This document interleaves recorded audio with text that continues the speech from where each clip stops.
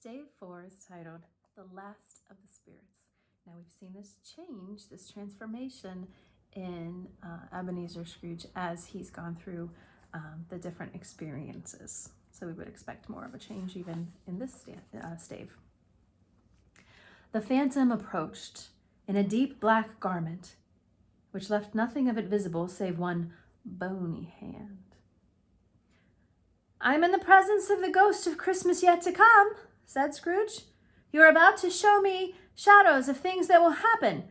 Is that so, Spirit?" Scrooge's legs trembled beneath him. "Ghost of the future," he exclaimed, "I fear you more than any specter I have seen. But I know your purpose is to do me good, and I am prepared to bear your company and do it with a thankful heart. Will you not speak to me?" It gave him no reply.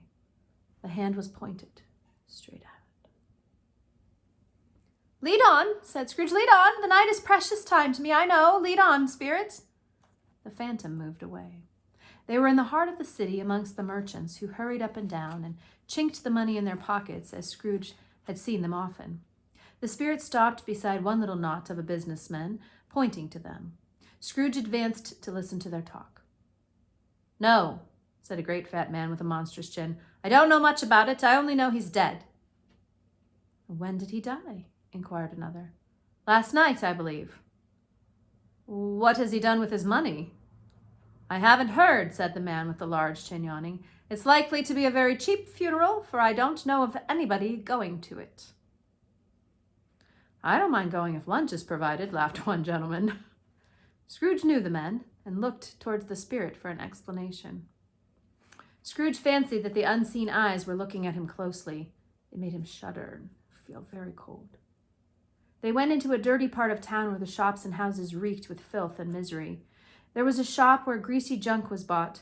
Scrooge and the phantom came into the shop of old Joe's just as two women and a man carried in bundles, laughing. The man produced his plunder first. A pencil case and a brooch were all. Old Joe added up his prices upon the wall.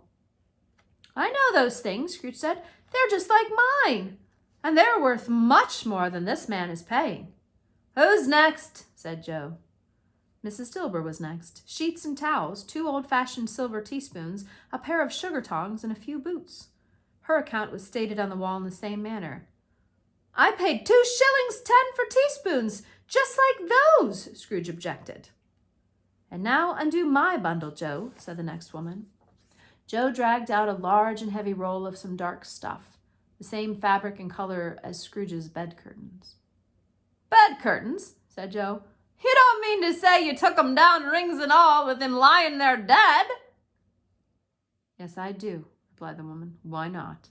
"His blankets, too?" asked Joe. "Whose else's, do you think?" replied the woman. "And that's the best shirt he had, and a fine one, too. They'd have wasted it if it hadn't been for me putting it on him to be buried in," she laughed. "But I took it off again."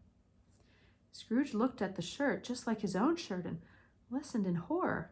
"Ha, ha, ha," laughed the same woman when old Joe paid the 3 out. "This is the end of it, you see. He frightened everyone away from him when he was alive to profit us when he was dead." "Spirit," said Scrooge, shuddering from head to foot, I see the case of this unhappy man might be my own. Merciful heaven, what is this?" He recoiled in terror, for the scene had changed, and now he almost touched a bed, a bare, uncurtained bed, on which, beneath a ragged sheet, there lay the body of this man. He lay in the dark, empty house, with no one to say that he was kind to me or this or that. "Spirit," he said, "this is a fearful place. Let us go." The ghost conducted him to poor Bob Cratchit's house and found the mother and children seated round the fire. Very quiet, the little Cratchits were as still as statues in one corner, with Peter, who had a book before him. The mothers and daughters were sewing, but surely they were very quiet. The mother laid her work upon the table and put her hand up to her face. "It must be past your father's time," she said. Peter said, shutting up his book, "But I think he has walked a little slower than usual these last few evenings, Mother." At last she said, "He used to walk with Tiny Tim upon his shoulder, very fast indeed. But he was very light to carry, and Father loved him so. Ah, there is your father at the door."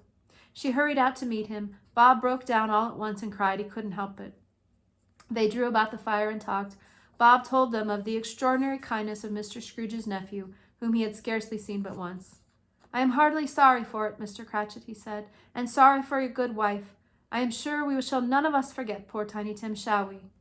"Never, father," cried they all. "Spectre," said Scrooge, "tell me what man that was whom we saw lying dead."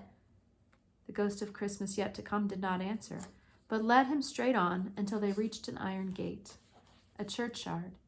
Here, then, the wretched man whose name he had now to learn lay underneath the ground. The spirit stood among the graves and pointed down to one.